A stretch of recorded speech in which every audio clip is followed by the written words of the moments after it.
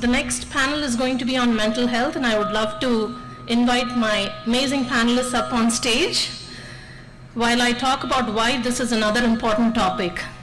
We all know that for too long, Asian Americans, Native Hawaiians, and Pacific Islanders have largely been left out of the conversation on mental health in America. According to CDC data from 2022, suicide was the leading cause of death among Asian Americans aged 15 to 24, and the second leading cause of death among Native Hawaiians and Pacific Islanders, highlighting a critical and urgent issue. Almost half of this population scored above the threshold for moderate depression based on a widely used screening tool. Pacific Islanders, those who identify as LGBTQ+, and those who are 18 to 25 years old reported depressive symptoms at higher rates than others. So clearly, talking about mental health is very important, and we must have constructive dialogue about the unique struggles and pressures that our youth face so that going forward, we can find a path towards healing. I'm really excited to introduce my panelists who have a lot of experience and are subject matter experts. Dr. Kavita Pallod Sekhsaria is the founder of KPS Psychotherapy, a private practice focused on providing psychotherapeutic services to the Asian community. Dr. Kavita's doctoral dissertation, Hindu-American Conceptions of Mental Health, is focused on unpacking how understanding a Hindu worldview of mental health can enable greater access to mental health care by the underserved Hindu-American population. She worked with the Department of Health and Human Services to create their 988 public service announcement for the Hindu community. She has extensive experience speaking to the Asian American community in her capacity as a psychologist and volunteer, notably serving on a panel with Dr. Vivek Murthy on the impact of COVID-19 with HAF. Dr. Sekhsaria is dedicated to destigmatizing spiritual means for coping in the therapeutic space. Dr. Sekhsaria also serves on HAF's board of directors, supporting the foundation's education and advocacy mission. Welcome. Jennifer Stevenson brings more than 18 years of experience as a resilience and leadership trainer. She's delivered programs for young adults at numerous universities, including Johns Hopkins, Purdue, the University of Chicago, and MIT as a former director of Sky Campus, a well-being and resilience program bringing meditation, breath work, emotional intelligence, social connection, and service leadership to college students, faculty, and staff. She currently serves as the U.S. head of training for the TLEX Institute, a global leadership and resilience training company, and a Train the Trainer for the Art of Living Foundation. Jennifer sits on the board of the Sri Sri School of Yoga. She has delivered programs at many institutions, including GE, Coca-Cola, Microsoft, American Express, and the World Bank. And she's going to be leading an amazing breathwork session right after this panel, so I would highly encourage everyone to stay. I promise you, you are going to be energized. Welcome. Sunaina Tandon, sorry I didn't go in order. Sunaina Tandon is a warm and holistic trauma-based clinician who brings a strengths-based and relational approach to her work. Sunaina uses cognitive behavioral therapy to support clients on their self-esteem, resilience, trauma, depression, anxiety, body image, somatic regulation, and cultural clashes. Sunaina also has a specialty in working with clients of diverse ages and backgrounds, including LGBTQ+, immigrants, ethnicities, including South Asian and Hispanic communities. Sunaina has a Master's of Education from Temple University in Counseling Psychology. She also graduated with a Bachelor's in Journalism and Mass Communication from the Walker Cronkite School of Journalism at Arizona State University. In addition, she graduated with honors from Barrett, the Honors College at Arizona State University. I'm so excited to have you all here today, and I've promised my panelists that I'm going to keep my talking really brief so that you can hear from them, the experts. So I want to jump right in.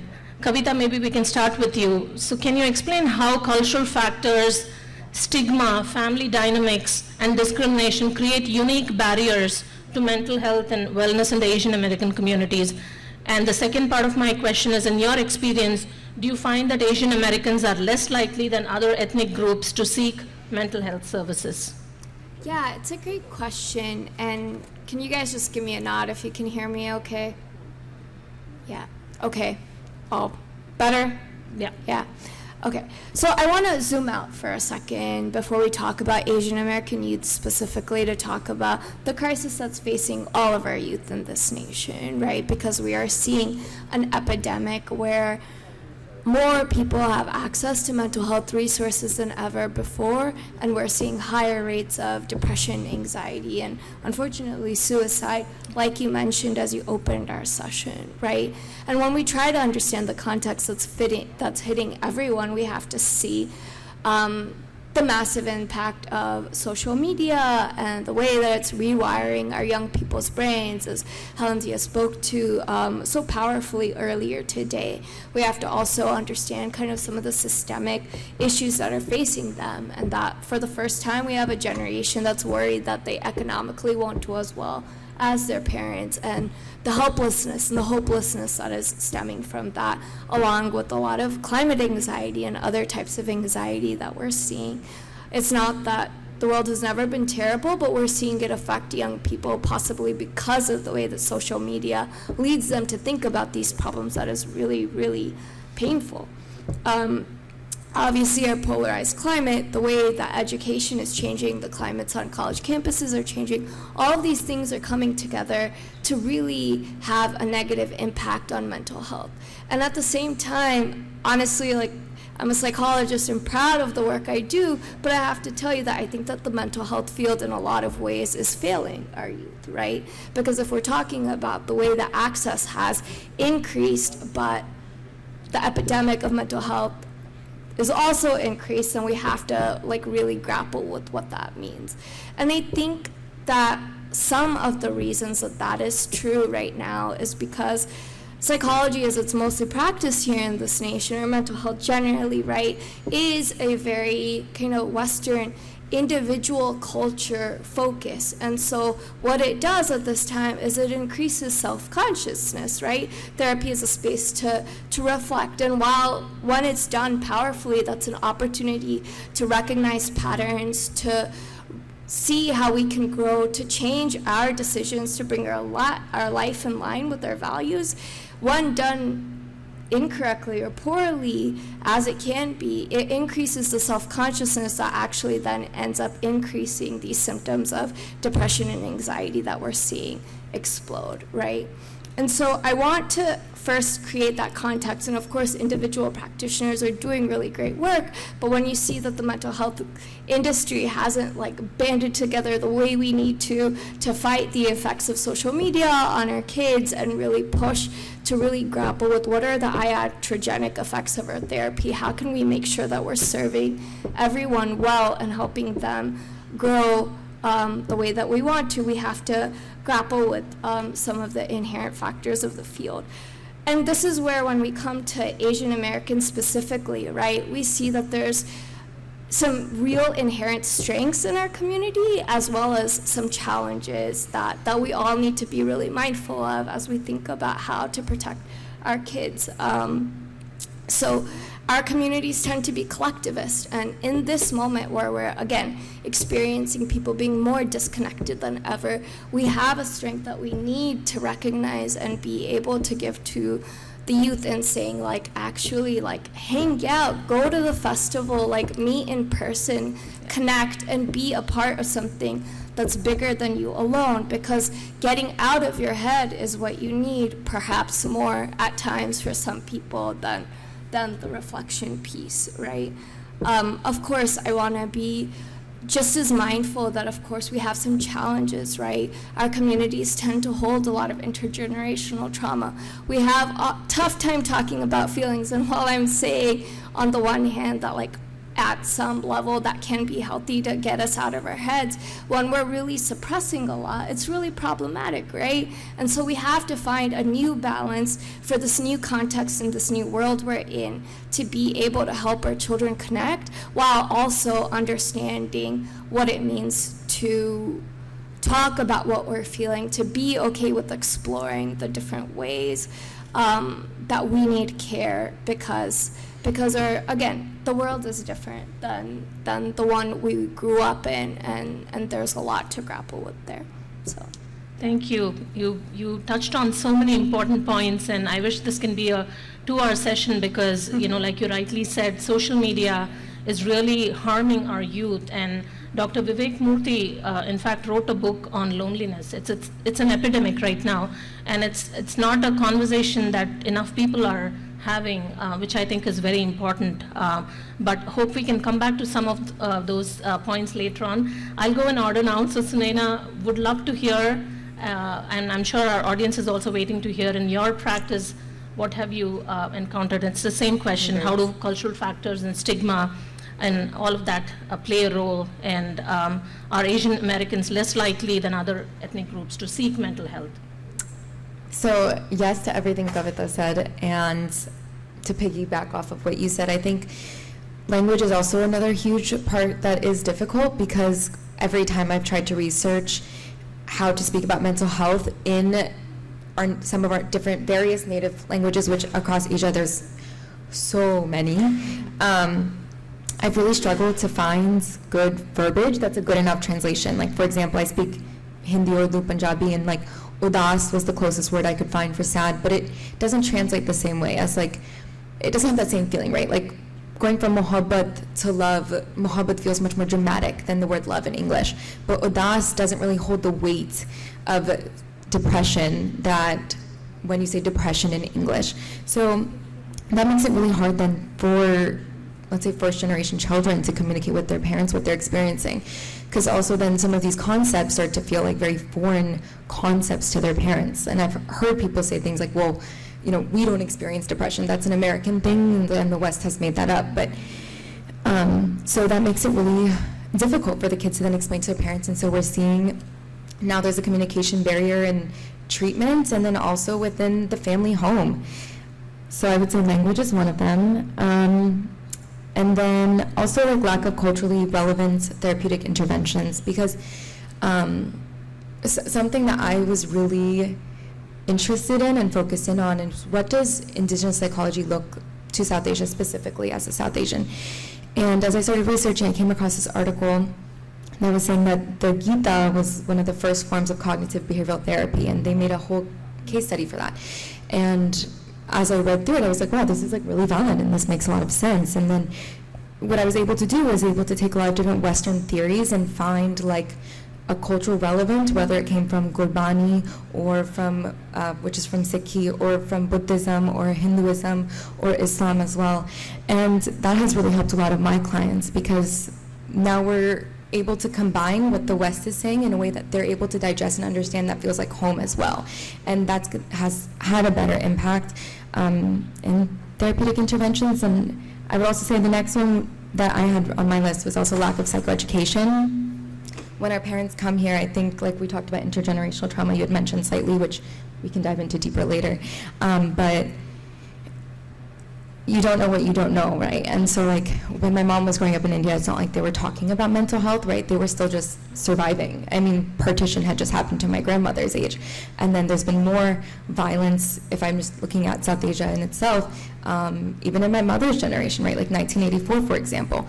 And then so by the time they come here, they're not really thinking necessarily as much about mental health in the way my generation has the privilege of thinking about, because they were really just surviving. And while I hold empathy and space for that, I also think that while trauma is not our fault, healing is also our responsibility. And so a lot of that responsibility then gets put onto the next generation. And while with that there's privilege and there's honor, there's also a huge burden. And so, yes. Hey everyone, thank you AAUC for having me here. I'll start my response by actually asking you all a question, a very simple one.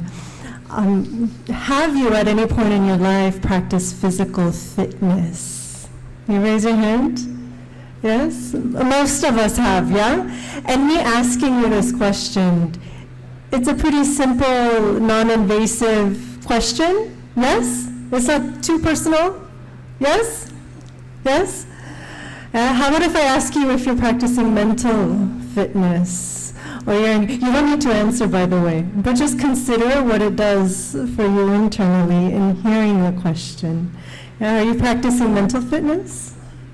Are you engaging in, some are like, yeah. Are you engaging in practices, approaches, tools that enhance your mental health? Going to therapy, with an expert, or in some other modality, right? Again, you don't need to answer this. But I think this question demonstrates the irony of the difference in depth of that question. Yes? Yeah, for whatever reason over time, mental health has become stigmatized. And yet, if we think about it, our mind, this beautiful mind of ours that we all have, is, I would argue, our most valuable asset. A strong body, and let me reverse this, a strong mind can even carry a not so strong body, right? But even a strong body has a really, really tough time carrying a not so strong mind, right? And so I think one of the biggest barriers here, really for everyone, but particularly our Asian American youth, is the stigma attached to investing in the development, optimizing, enhancing the state of one's mind. And we know from our own experiences that the quality of our life depends on the state of our mind. And so I think it's really important for solutions that Dr. Kavita and Sunaina bring to be accessed and available and destigmatized. To your points earlier, there's also scope for preventative measures. Because at the end of the day, stress is part of life. Our biology, our brilliant biology, has the mechanisms within it to combat stress, right? Different hormones are released. And so stress is not a bad thing. Just imagine if you weren't challenged in your life, right? If you didn't have enough responsibility, if there wasn't anything you were passionate about, like our students earlier, so much passion for all these arts that they're engaged in. If that wasn't there, how would life be? Might be boring. You might feel that you're not really being stimulated. So stress is not a bad thing, but the challenge becomes when we're not able to decompress from it. And when we consider Asian American youth, there's so many dynamics and factors which Sunaina and Dr. Kavita already mentioned. I think a few other variables at play are that at that age in life, right, you're figuring yourself out. I mean, we're figuring ourselves out all our lives, but at that particular age, it's a little more acute, isn't it? And when you're Asian and you're mixing all of these cultural traditions, and you're sort of existing in at least two, maybe even more traditions, being able to be good about yourself, feel good about yourself, accept yourself, can be quite challenging. And so even seeking out solutions and communities where investing in your mental health, or investing in yourself, I would say, more than that, is celebrated, is encouraged. And if I may, I'll just share one little anecdote. Because while things have improved, and yes, there's so many resources, right, Andrew was saying earlier, just a decade ago, in my case it's a few decades ago, when I was a youth. So for context, my mother is Japanese and my father's American, and an uncle on my father's side once said to me, "Jennifer, I don't envy you."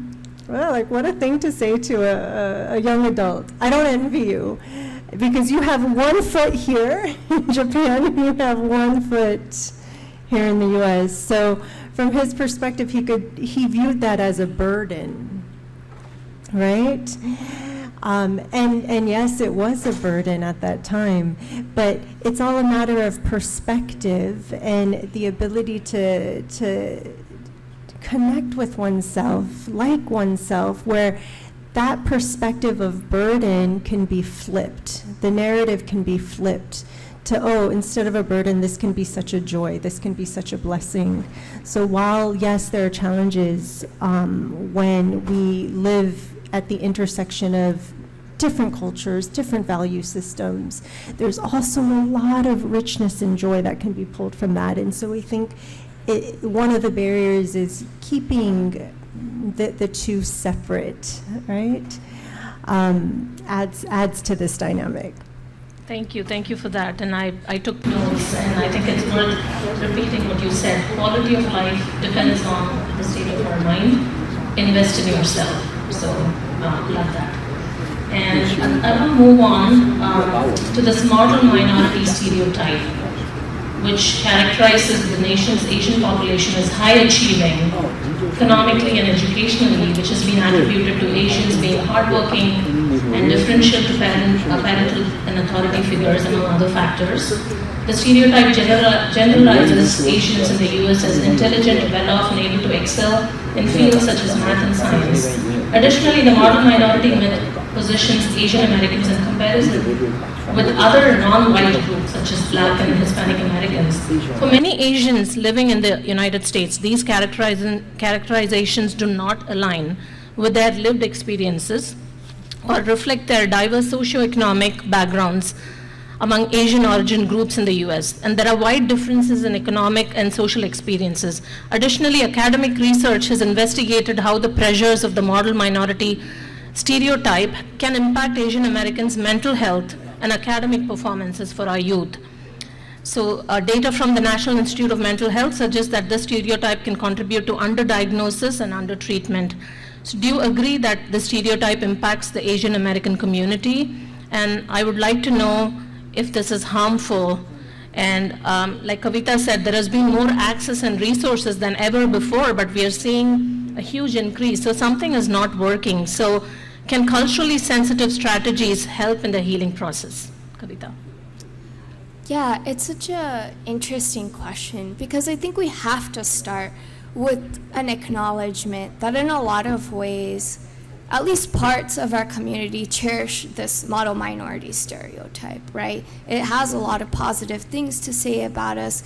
I imagine that we have elders, if not ourselves in this room, that would say, you know, a little bit of pressure is a great thing. We've all risen to the challenge. We can throw out these, you know, stats that like children do better when they're exposed to high expectations, right?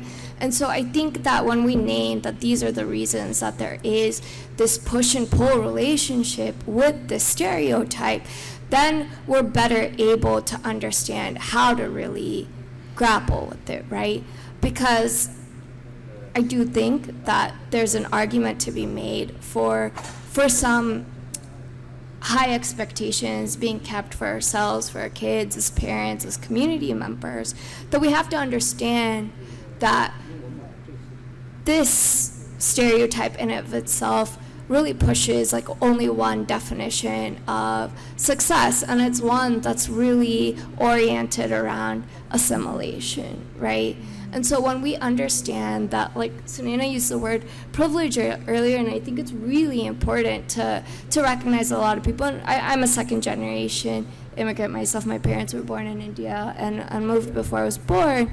We do feel a privilege that we don't have some of the trauma they have. We don't have the financial stress that a lot of them have in being able to think in a more open way about what careers we want to pursue, how we see our life. And we have the capacity to say that success for us is going to be more than being really financially successful. It's being mentally healthy. It's being happy. It's being connected and in fulfilling careers and in fulfilling relationships, right? And these are the things that don't respond to pressure. Like happiness is not something you can push someone to feel for the most part. And so if we don't recognize that this stereotype can have a really suffocating, I guess, impact on our youth when we don't understand what exactly it is that we're asking them to live up to, we lose some of our connection, right, with our kids. And it's not just, these stereotypes don't come up just directly. They come up in how we relate to others, right? And so I think having a more nuanced understanding of the impact, positive and detrimental, is really important. And when the question is like, how do we push back on it, right? Then the answer is really, we have to connect. We have to see what each individual is and where they are, which Anya put so beautifully in the previous panel, right? And really see that, again, our privilege and our responsibility at this point is to meet each person where they are in creating kind of a unique set of expectations rather than just a stereotype, to help them rise to their full potential to be the best versions of themselves. Thank you, Kavita. Sunaina, what do you think about this? Yes, so I'm trying to organize my thoughts. With the model minority myth, I think one of the huge things is it causes us to really invalidate what our own true experience is. And whether we look at any form of philosophy, whether we're looking from Buddhist philosophy to Western psychology to Vedic texts to Gurbani, one of the main underlying themes that you'll find is that the goal is to be able to experience our emotions and be very mindful and present as we're experiencing them. So one of the quotes in the Gita says, may your feelings flow through you the way the river flows into the ocean. So we don't want to suppress them, but we don't also want to get stuck in them. And like another great quote is like, no mud, no lotus, right? So without mud, you can't have a lotus flower, which means we have to accept both that we're going to have bad times and good times, and how do we actually go about accepting that. And I think one of the problems with the model minority myth is it prevents us from being able to actually accept what we are experiencing, because, it can't be that bad. Like, it can't be that bad for me, because that's what is being pushed. I'm high achieving, it can't be that bad for me. But actually, you can be getting good grades, or you can be financially successful and still be really struggling in other areas of your life. And I remember having this conversation with one of my old roommates who is Vietnamese, and I forget what we were talking about. I just remember him saying that, there's like no trauma that anyone in my family has ever experienced. So then I asked him, how did your family end up coming here? And he was like, like there was the Vietnamese War, and then we had to get on a boat, and my mom came over, and he told me the whole story. And I was like, and that in itself is trauma, right? And we should acknowledge the trauma and the impact that that's had on your family and your family system. And there's so many examples like that. And so that's where I think the model minority can cause a lot of harm as well, because it's, again, like I said, it's preventing us from honoring the truth of what we are truly experiencing on a day-to-day basis. Thank you. And your quote was so important, don't suppress your feelings and emotions, but don't get stuck. And this is also what Jennifer mentioned earlier. Like, we all have stress. It's inevitable. How do you manage that is the question. And so I would love to hear your thoughts on this, because like you mentioned, you're part Japanese and part American. So how did this play into your life? Yeah, I'll speak to that. I'll start though, if I may, just commenting a little bit on this idea around model minority. It's a very real thing in our communities and what our youth are experiencing. And depending upon the culture, depending upon the family, right, there's a list of expectations on how to behave, what to achieve, yes? I wanted to draw a parallel that I find a bit ironic. Taking youth out of the equation, taking Asian out of the equation, a lot of my time is actually spent delivering quote-unquote resilience programs to executives, to teams, in many big companies. And it's interesting because when we go into spaces like that, you need to package the different modalities in a way that can be acceptable, right? Because when you're an executive at a big company, right, stress can actually become a badge of honor, right? And so I think one important thing is that we normalize the trauma, right? Not that trauma is normal, but normalize that, hey, this happened to me, or this happened to my family, and look how far we've come, you know, emotionally, in terms of resilience, in terms of a community. And also being able to move beyond the limitations of our identity markers.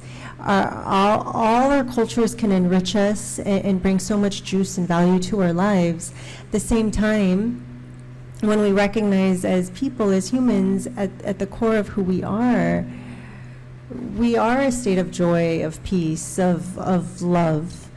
And stressors that we encounter through the course of our lives disconnect us from that experience.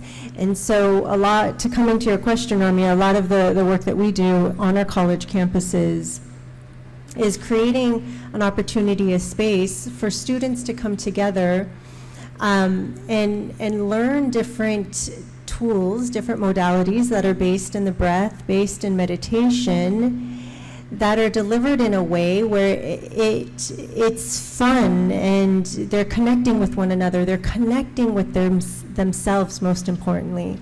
And so the work that we've done is comprised of 4 key pillars. One are the techniques themselves, right? Anytime, not to be cliche about it, but you know, it's that anecdote when you're, you know, just take a deep breath in when you're feeling stressed, right? It does something for us. But if we can tap into the breath even more, there's actually so much more that it can do for us. To one, unload the stresses from the different life experiences, from the pressures, from the trauma.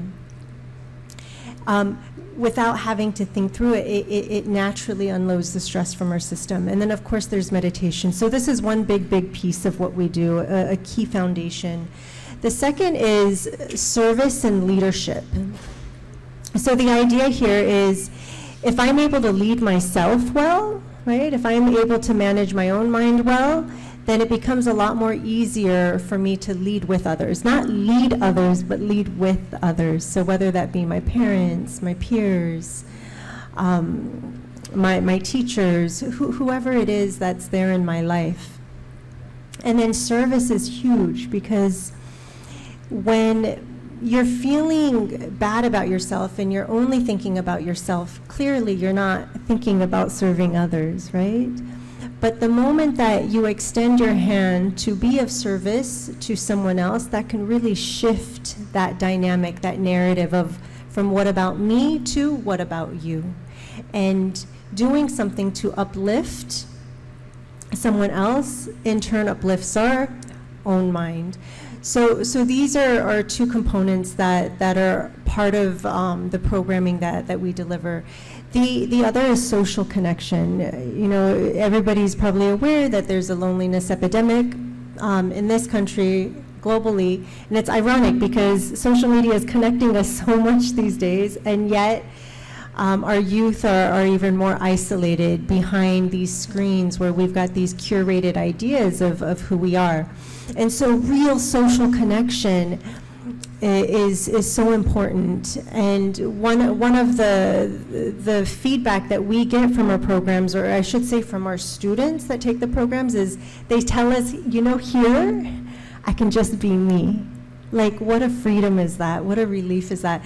You know, here I'm just accepted for who I am. Who doesn't want that, right?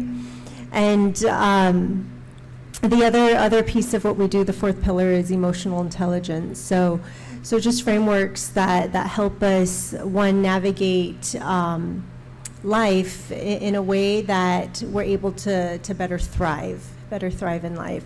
So this has been our approach in playing more of a preventative role. We're certainly not diagnosing people by any means. And the other part of what we do, Sky Campus Happiness Program, which I used to be the executive director of, we're on 145 plus every day. There's a new one being added campuses, and We've impacted more than 650,000 students, faculty, and staff.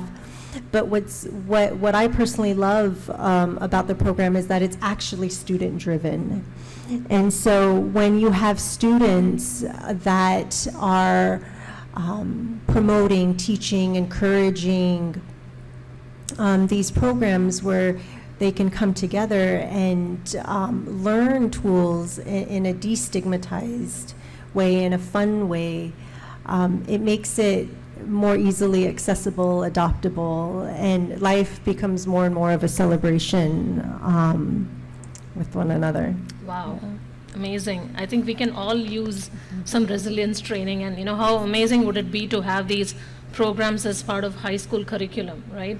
We have them in high schools too. That's awesome, amazing. And the next question I have, which is the last part of the panel before we open for Q&A, is related to what you shared, and many of you shared. What are a few practices that everyone can start implementing to see positive changes?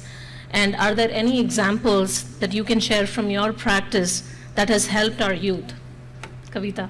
Absolutely. So it'll be no shock to you that my top suggestion is to be intentional about social media use, right? And to encourage that. That means like understand the impact it's having on you and then decide if it's bringing you towards your goals for your life or not. And if it's not, then what does that mean in terms of what you're altering? The second is to keep fostering real in-person connections, to have actual friends. And the sub part of this is to embrace inconvenience, right? We have an economy that's thriving on convenience. No one needs a ride to the airport. No one needs anyone to deliver food when they're sick. But this is why we are lonelier than ever. And so you may hear that and say, okay, I'm going to be more there for my friends. But that's not where it starts. You have to be okay with being vulnerable in asking the people in your life to be inconvenienced, so that when they feel good, they're more connected to you, and then they know that they can ask you for help too. You have to ask for help first, actually, not extend it when we're talking about facilitating connection and community. And then the last piece is to keep finding fulfilling work and to find something bigger than ourselves that takes us out of our heads in order to build that mental resilience and strength. Those are the things I would suggest. And in terms of just examples from practice, I think a lot of the youth I'm talking to, our conversations are about not engaging and setting boundaries with someone just because we feel inconvenienced or hurt by them, but rather being able to build our capacity to have challenging relationships, because those are the ones that are fulfilling. Awesome, thank you. Those are a lot of amazing strategies that even adults can use, I think, not just youth related. So thank you. Sunaina, I would love to hear from you next. Yes, to everything you said. And then to piggyback off of that, I would say at the base of it, just trying to find more compassion for yourself as well. So, you had mentioned vulnerability, but to start with that, you have to also be vulnerable with yourself, which means then the question becomes, how do I even know what I'm experiencing? So part of that is doing somatic work, checking in with what is your body experiencing, being very compassionate about that. And Rumi has this poem called Guest House, where he says basically that you should be curious about each feeling as if it's a guest entering your house. Ask it why it's there. So as something comes up, whether it's, a tightening in your chest, ask it why it's there. Is it anxiety? Are you afraid right now? Or another way of looking at it is, Thich Nhat Hanh describes it as, think about when a baby's crying, you instinctively just pick it up, right? And so when we're able to name what we're experiencing and be very mindful and present in that moment, then we're able to actually move through it. Because as soon as you pick that baby up, it just stops crying regardless, right? Versus a lot of people that I work with tend to want to suppress that baby. That's going to get louder. So that doesn't work. So it's a balance of being able to do somatic work and also being able to name what you are experiencing in yourself, I think, is one of the first steps. I feel like there's another part to the question that I missed. I think you I got it? covered Okay. everything. Thank you, yeah. I think it's very important to find compassion for ourselves, especially the givers. We are always thinking about others. You know, we have to take time to think about ourselves. So thank you for mentioning that, Jennifer. I think there's so many things that our youth can do, that we as people can do, and I would say the number one for me, what's made the biggest impact in my own life is connecting with myself. You may have heard of Dr. Brene Brown, Harvard psychologist. She's got a study on connection. And her research tells us that connection is subjective, right? The way we feel connected to others is in large part due to how well or how connected we feel to ourselves. And so moments where you can name the feeling and say hello and goodbye to it, or you know, understand yourself a little better, accept yourself, love yourself, like yourself, right? Makes it easier then for you to turn around and then connect with others. Risking a little more, and then realizing in that risking, oh, it wasn't so scary actually, you know, and then that richness of community can start to blossom. And then it just builds from there. So your own relationship with yourself, I think, is most critical, and it's not something we can simply know about, but something we can certainly do something about by just resting the mind, releasing some of the stress from our system, metabolizing some of the emotions that are taking over us. And it does another thing, it also broadens your perspective. You start to see that not getting the perfect score on that test is not really actually the end of the world, right? Yeah. Awesome. Can I add something Yeah, quick too? absolutely. And then you had also mentioned like systemic issues earlier, and that's where I think when we talk about wanting to help our youth, that means also like grandparents, parents, you know, elders, also working on your mental health is a huge part of that, because as you start being able to emotionally regulate, you're going to model that behavior for the youth. You're going to change the family dynamic as a whole. And then also another thing, I think, as you had mentioned, like the context in which youth are growing up in, that's where it's also the responsibility of parents and grandparents to be advocating for policy that is going to help our youth, right? Like I work with a lot of UMD college students. They're really scared, and that's fair. I mean, think about, I can speak, even in my graduate program, every day we would get emails while we were in class about shootings that were happening nearby our school, and it was scary. It was very stressful. I mean, I had classmates who had guns pulled out on them.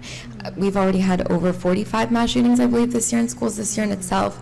And, you know, so while we're talking about mental health, that is going to negatively impact the youth. And so advocate for policy that's going to help the youth. Advocate for your kids, for your grandkids, for your neighbors. Yeah.